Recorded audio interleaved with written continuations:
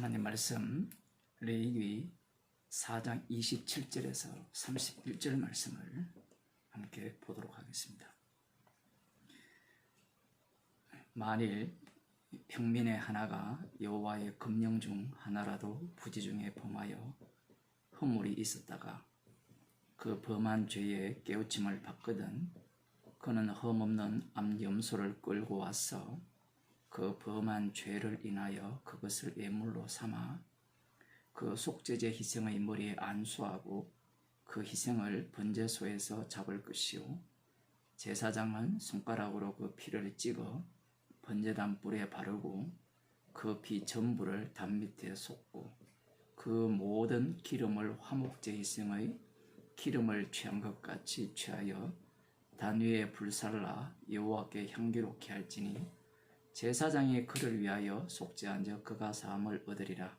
그가 만일 어린 양을 속죄 제물로 가져오려거든 흠없는 암컷을 끓여다가 그 속죄제 희생의 머리에 안수하고 번제 희생을 잡는 곳에서 잡아 속죄제를 삼을 것이요. 아멘. 제가 한 절을 더 읽었습니다. 오늘 본문은 속죄 제사에 관한 본문인데 여기에는 평민 중 하나가 부지 중에 여호와의 금령 중 하나를 범했을 때 그 죄를 깨닫게 되었을 때 속죄 제사를 드리라는 명령인데 여기에서의 제물이 이 속죄 제사에 있어서 다른 속죄 제물과 차이가 납니다.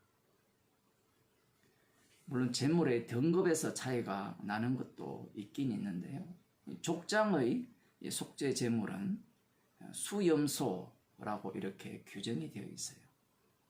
대제사장이나 온 이스라엘의 속죄 제물은 수송아지죠. 오늘 본문에 이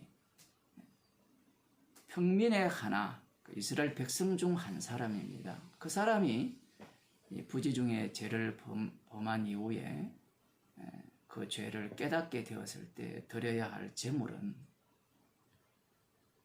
암염소 아니면 암양 이렇게 말씀하고 있어요. 제물의 차등이라면 암염소는 빼버리고 차라리 암양만 이렇게 기록해 놓으시면 참 좋을 터인데 말씀을 읽는 우리들이 뭔가 논리적으로 합리적으로 뭔가를 추론해내기가 상당히 어렵게 말씀이 구성되어 있습니다. 이스라엘 백성들도 이 말씀을 하셨기 때문에 하나님의 명령이니까 시키는 대로 하면 되지.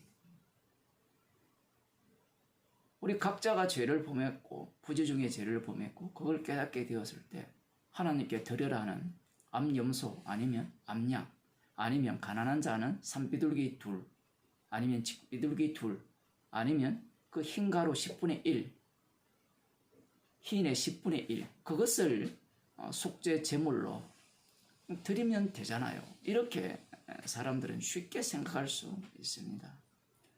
그럴 것 같으면 제물을 다 똑같이 해버리든지 안 그러면 읽는 사람들이 좀 편하게 읽도록 받아들이도록 기억하기 쉽도록 그렇게 기록하면 제물을 선정해 놓으면 얼마나 좋겠습니까? 그건 우리들의 입장이에요. 이 두 가지 인간들의 관점 쉽게 말씀하시든지 아니면 어렵게 말씀하셨기 때문에 하나님의 명령이니까 제사 드리면 되지요 라는 이런 태도 그런 태도 자체가 다 악마적 태도입니다. 지금 갑자기 속죄 제물이 수컷에서 암컷으로 바뀌어요. 뭔가 좀 이상하지 않습니까? 이 족장과 평민 같은 경우에는 이 족장은 대표잖아요. 12지파 중에 지파장이라고 볼 수 있는 거예요. 그 한 사람이 드리는 제물과 일반 사람이 드리는 제물의 그 차이가 별로 크지 않습니다. 뭐 고대 어떤 이 당시에 수염소가 더 비싼지 아니면 암염소가 더 비싼지 그건 불명확합니다. 뭐 더 비싸다 하더라도 차이가 얼마나 나겠습니까? 그래서 오늘 본문이 어려운 겁니다. 왜 갑자기 뭔가 이렇게 차등이 나면 평민, 그 다음 족장, 온 이스라엘, 대제사장, 제사장 이런 식으로 말씀을 이해하면 되는데 갑자기 평민과 족장의 어떤 이 차이가 별로 없으면서 그 차이 나는 부분이 수컷에서 암컷으로 바뀌어버려요. 이것이 왜 중요하냐? 그것은 하나님의 약속 때문에 그래요. 창세기 3장 15절에 나오는 여자의 후손과 뱀의 후손에 대한 하나님의 약속 때문에 그렇습니다. 여기에서 여자의 후손은 남성 단수로 되어 있거든요. 그러면 이 남성과 여성이 합쳐져 있는 겁니다. 그러면 이 여자의 후손은 어떻게 이 땅에 오시느냐? 우리들이 잘 아시다시피 이 처녀가 잉태하여 아들을 낳는 방식으로 이 땅에 오셨죠. 혈통 자체가 완전히 배제되어 버립니다. 창세기 15장에 보면 이 제물이 나오는데 아브라함이 여호와 하나님의 명을 받고 그 제물을 준비하는데 여호와께서 이렇게 말씀하십니다. 나를 위하여 3년 된 암소와 3년 된 암염소와 3년 된 수양과 산비둘기와 집비둘기 새끼를 취하여 이렇게 나와요. 여기에서는 3년이라는 그 의미가 부여되고 있고 이 부분은 다음에 기회가 되면 말씀드리고요. 3년 된 제일 처음에 3년 된 암소가 나와요. 그 다음 3년 된 암염소, 그 다음 3년 된 수양이 나오죠. 지금 속죄 제물과 거의 정반대로 배치되어 있습니다. 속죄 제물에 있어서 이 대제사장이나 제사장, 온 이스라엘의 온 회중의 제물은 수송아지예요. 암소가 아니에요. 그리고 이 족장의 제물은 암염소가 아니고 수염소예요. 이 평민 중 하나가 이 속죄 제물로 드려야 되는 제물은 암염소나 암양이 됩니다. 창세기 15장에 나오는 아브라함이 드린 제물과 완전히 이 수컷 암컷을 뒤바꿔 놨어요. 성경을 연구하는 사람이 머리가 아픈 겁니다. 이걸 이 속죄 제물을 창세기 15장에 나오는 아브라함이 드린 이 준비한 그 제물과 같은 순으로 배치해 놓으면 얼마나 편하겠어요. 이렇게 우리들이 예상하는 바대로 말씀은 진행되지 않아요. 그 이유는 하나님께서 어떤 법칙을 주잖아요. 법을 주시면 인간은 그 법을요 구원 얻는 방식으로 바꿔치기 해버립니다. 대표적인 경우가 에봇이잖아요. 에봇을 갖고 아니면 언약궤를 갖고 전쟁에서 승리하니까 언약궤만 들고 가면 승리할 수 있을 것이라는 그런 생각을 갖거든요. 그래서 하나님께서 일하시는 방식이 그때그때 달라요. 그때그때 다르지만 하나님의 언약은 본래 언약의 본 언약은 변함이 없습니다. 그래서 지금 오늘 본문에서 갑자기 암염소, 암양 이것이 등장하는 이유가 뭐냐라고 할 때는 속죄 제물 속에 이 전체죠. 속죄 제물 속에 여자의 후손을 담아놓은 겁니다. 여자의 후손이 담겼다라는 것은 속죄 제사를 드려도 죄 용서 안 된다는 이야기예요. 그러면 우리는 또 손들고 속죄 제사 드려서 죄 용서 안 되면 왜 드립니까? 안 된다는 걸 보여주기 위해서 드리고 죄 용서가 다른 곳에서 다른 분이 죄 용서한다는 분임을 증거하기 위해서 속죄 제사를 드리라고 하는 겁니다. 달리 말하면 너희들이 제사를 드려서 죄 용서되는 일은 없다는 겁니다. 히브리서 10장을 한번 보겠습니다. 히브리서 10장을 보면 이렇게 나옵니다. 1절에 율법은 장차 오는 좋은 일의 그림자요 참 형상이 아니므로 해마다 늘 드리는 바 같은 제사로는 나아오는 자들을 언제든지 온전케 할 수 없느니라. 대속죄일에 대한 말씀인데 속죄 제사와 연관이 되어 있죠. 장차 좋은 일의 그림자요 참 형상이 아니라는 겁니다.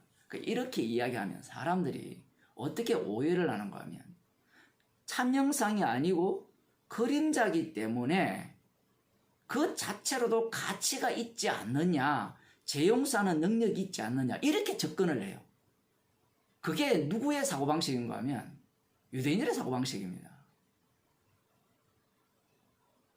그 자체에 의미가 있다라는 거예요. 지금 히브리서 말씀하시는 것은 그 자체로는 그 다음 절 봅시다. 2절 1절 하반절 제사로는 나오는 자들을 언제든지 온전케 할 수 없다 하죠. 언제든지 이렇게 해석되어 있는데 뭐 번역을 잘했다고 볼 수 있어요. 결코 온전케 할 수 없다. 달리 말하면 결코 죄 용서할 수 없다는 그러한 말씀을 하고 계신 거예요.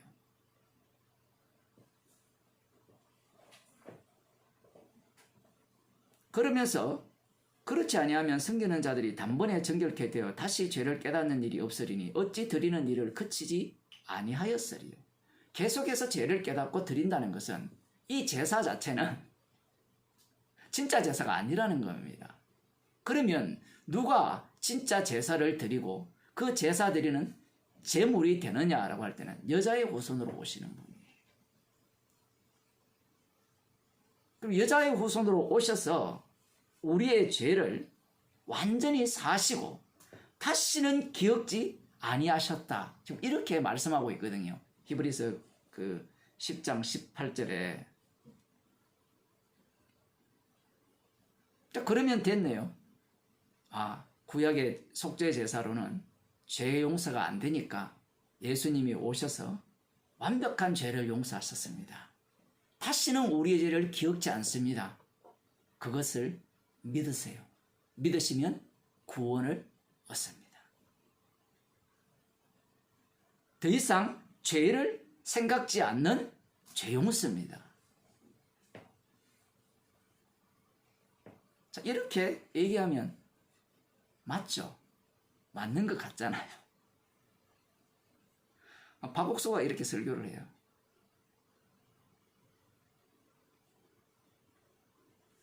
박옥수의 주장은 이겁니다. 교회 다니는 사람들이 왜 죄인이라고 하느냐 얘기예요. 이미 히브리서에 보더라도 구약에서는 이 제사로는 온전하게 할 수 없고 두루마리 책에 기록된 그 몸, 한 몸 예수님이죠. 그분이 오셔서 영단번 제사를 드렸다는 겁니다. 그분이 우리의 죄를 완벽하게 깨끗게 하셨다는 거예요. 그러니 우리는 더 이상 죄인이 아니고 의인이 되었다는 겁니다. 이 복음, 박옥수 복음이 세계 160개국의 언어로 방송되고 있다는 거예요. 그 사람들이 너무 좋아한다는 겁니다. 당연히 좋아하죠.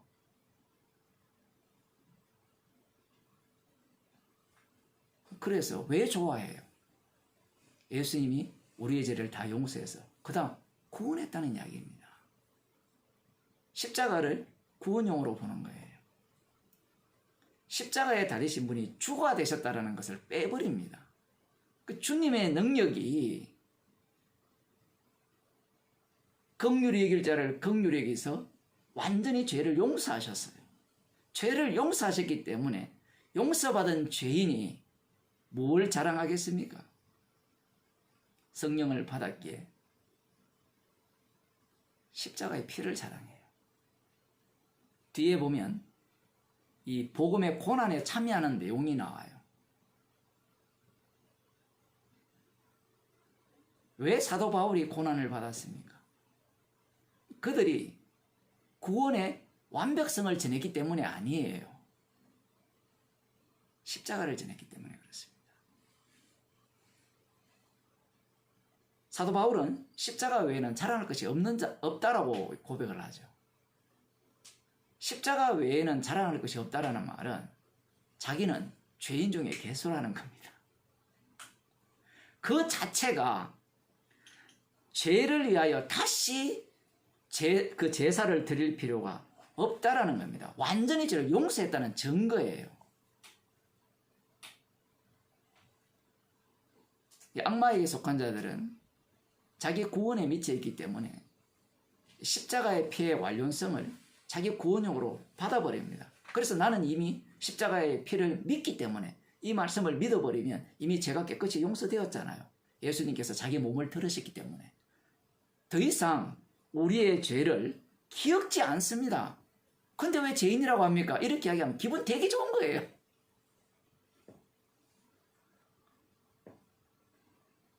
그 사람이 생각하는 그 죄인이란 의미와 십자가를 증거하는 죄인이 다르다는 겁니다.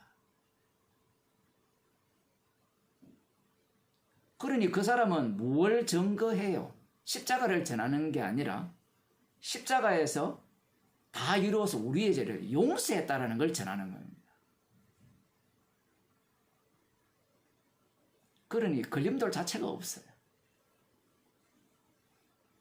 그리고 더 중요한 것은 여자의 후손이 오셔서 이 약속을 이룬다 했을 때는 이 구원에는 내가 들어가고 싶어도 들어갈 수 없어요.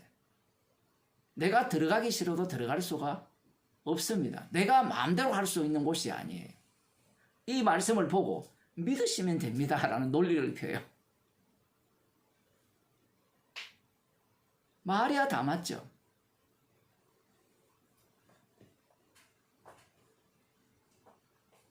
사람의 지혜로는, 사람의 능력으로는 복음을 믿을 수가 없습니다. 그 내용이 담기지 않는 믿음은 가짜 믿음이에요. 똑같은 원리입니다. 이 히브리서 10장을 읽으면 예수님께서 자기 몸을 들으셨잖아요. 그래서 완전히 죄를 용서했습니다. 더 이상 우리들은 죄인이 아니고 우리를 의롭게 하셨습니다. 그걸 믿으시면 됩니다. 그러면 성령이 왜 필요해요? 성령이 왜 필요합니까? 철저하게 성령을 배제시켜버리죠. 완벽한 구원론, 십자가를 완벽하게 빼버리는, 더 이상 십자가 자랑을 하지 못하게 만드는 그러한 어떤 다른 복음을 그들이 전하는 겁니다. 성령을 받은 사도 바울이나 성령을 받은 스데반 집사가 미움받고 핍박받던 이유는 십자가를 전했기 때문에 그래요. 십자가를 전하니까 모든 인간들이 공격을 하죠. 왜 공격을 합니까? 십자가 자체가 네가 믿을 수 없는 자라는 것을 먼저 선언해버리거든요. 믿을 수 없는데 믿는 자가 생긴 거예요. 그것은 십자가의 완료, 십자가에서 다 이루심이 복음을 전하는 현장에서 드러나는 겁니다. 여자의 후손으로 오셨다. 처녀가 잉태하여 아들을 낳아서 오셨다라고 했을 때는 오신 그분의 죽으심 외에는 그분에게 나아갈 방법이 없는 겁니다. 기도하시겠습니다. 하나님 아버지, 말씀을 주셔서 우리의 악마성을 들추어내시고 오늘 또 십자가의 피 능력으로 다 이루셨음을 우리 가운데 들려주심을 감사드립니다.